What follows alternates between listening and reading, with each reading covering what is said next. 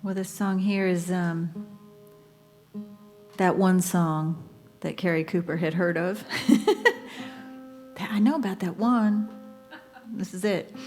And I actually re-recorded it on my new album, which is called Low Tide. Just came out last year. I re-recorded it because I have a new relationship to this song. When I first wrote it, it was really not too long after Dave Carter had passed away, and it was kind of an angry song. It was not really an angry song, but it had a feeling of running and fitfulness to it, which was very appropriate at the time. It was exactly what I was feeling. I was spending my days in the months after he passed away, well, mostly sleeping, but then I would arouse myself at like 5 o'clock each day in my little apartment there, my little townhouse in Tigard, Oregon. And if I walked myself down through the neighborhood and across a busy street and through this field and across another busy street, I'd end up in a strip mall. And in the strip mall, there were 3 things. There was a Starbucks and a 24-hour fitness and a sushi boat. So, you know, what more do you need than that? And so, Sushi Boat is it's a little Japanese restaurant where they have the chefs are in the middle, and then around them is a moat, not full of snakes and alligators, but full of tiny little rafts upon which they set pieces of sushi. And you sit on the outside in a bar situation, and you pull those off. You put, and like depending on the color of the plate, that's how much you pay. So as they stack up, like that's how they add up your thing. But so you just, you go there and you sit in a row with your friends, and you just pick the ones you want, and they just keep making them and putting them on the boat, on these little boats that float by. It's so fun, and and yummy. But so in the mornings I'd go down to the Starbucks and rouse myself there, and I'd get myself big old venti soy latte, and I would just write and write and write and write.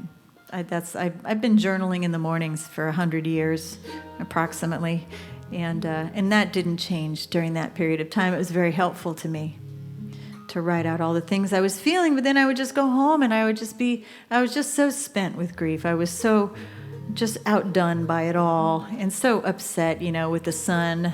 I was upset with the sun daring to rise every day. I'm like, sun, can't you take a day off? Can't you just not show up for one day and give me I need a minute, But the sun did not stop, and the birds did not stop singing, and, the squirrels still came to the door looking for the things that squirrels are looking for, and life went on, but in the evening, so I would basically just sleep through the day. I would just sleep it off. But then at night, I would start to feel, the hypochondriac in me would wake up and be like, "Girl, you're going to get a blood clot if you lay on this couch all day, and that would be really bad." And so I'd put on my compression tights, and then I would walk myself back down the hill, and I'd across the busy street and through that field and across the other busy street, and I'd get to the 24-hour fitness, and I would throw a terry cloth towel over the treadmill there, over the display, and I would start to run. And as I was running, I would look at the towel and only the towel, and I would focus on it until my eyes found one particular loop that kind of stood out. Terry cloth, it just loops. I would find one loop, and I would just pretend I was running through that loop, because I really thought, because you think some crazy stuff right after people die. You believe in some weird kind of magic. There's a bliss to it. There's a magic to it, to that period. I thought that if I could somehow squeeze my consciousness through that loop of a terry cloth towel, I would find Dave Carter on the other side. That's what I thought. And so I would run and run and run, and when I first started writing this song, it was straight off the treadmill. I had this feeling of running to it because that's what I was doing. And but life goes on, and you love more people and you lose more people, and after a succession of losses, hard losses, my relationship to grief became, I'm not going to say less dramatic, maybe less traumatic, but I learned how to distribute the weight of grief a little better through my system here, and even, I dare say, to learn to dance with the feeling of it a little bit. And so I decided I wanted to redo this song because I still love the song and the images and in it, but I wanted to swing it a little bit because that feels more true to me now than this running, fitful kind of relationship, which it's just not where I'm at anymore. So,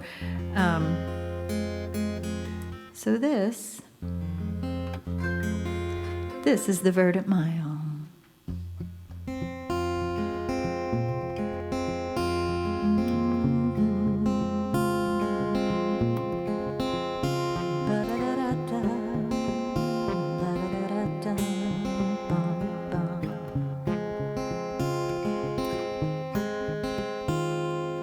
Didn't want to burn like this, so close to the bone.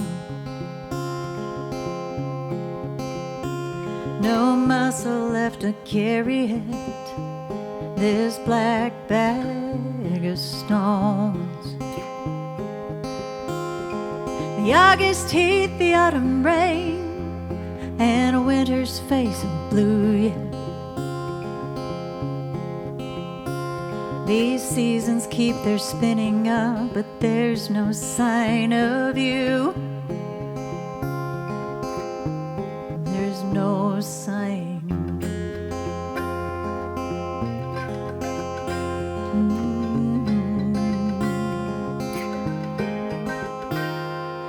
Richard says the whippoorwill done taught him how to go. And I tell him death is just a dream. What do I know? 'Cause it's everything and nothing when the spirit cracks the sky. The flowers fold and go to seed, and no one questions why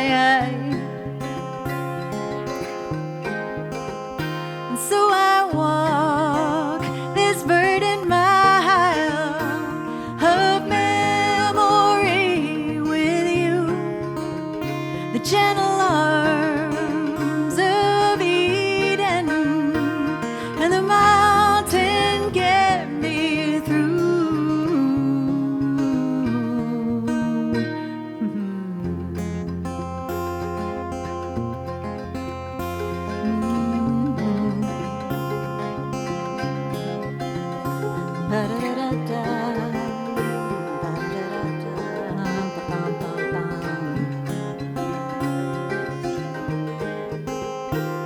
Well, I miss you like I love the sound of those blackbirds in the trees. And I sit alone and wish that maybe one of you would come and visit me. But no matter how much seed I hang or what prayer I call out,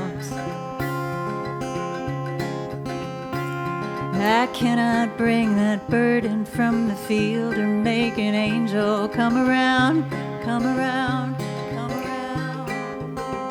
And so I walk this verdant mile of memory with you, the gentle arms of Eden, and the mountain get me through.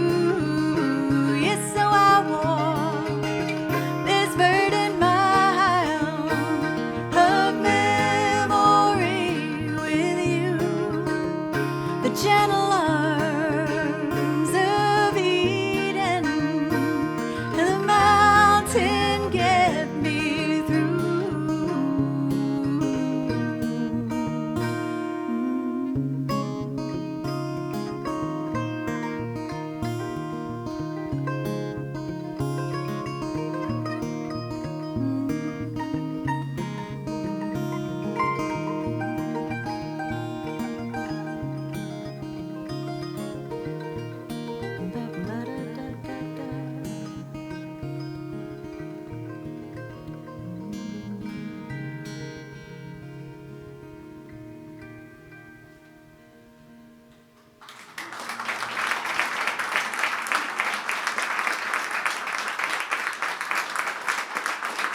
Thank you.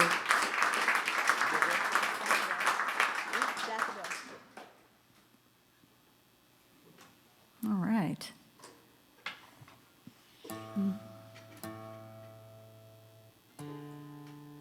Richard in that song is Richard Schindel.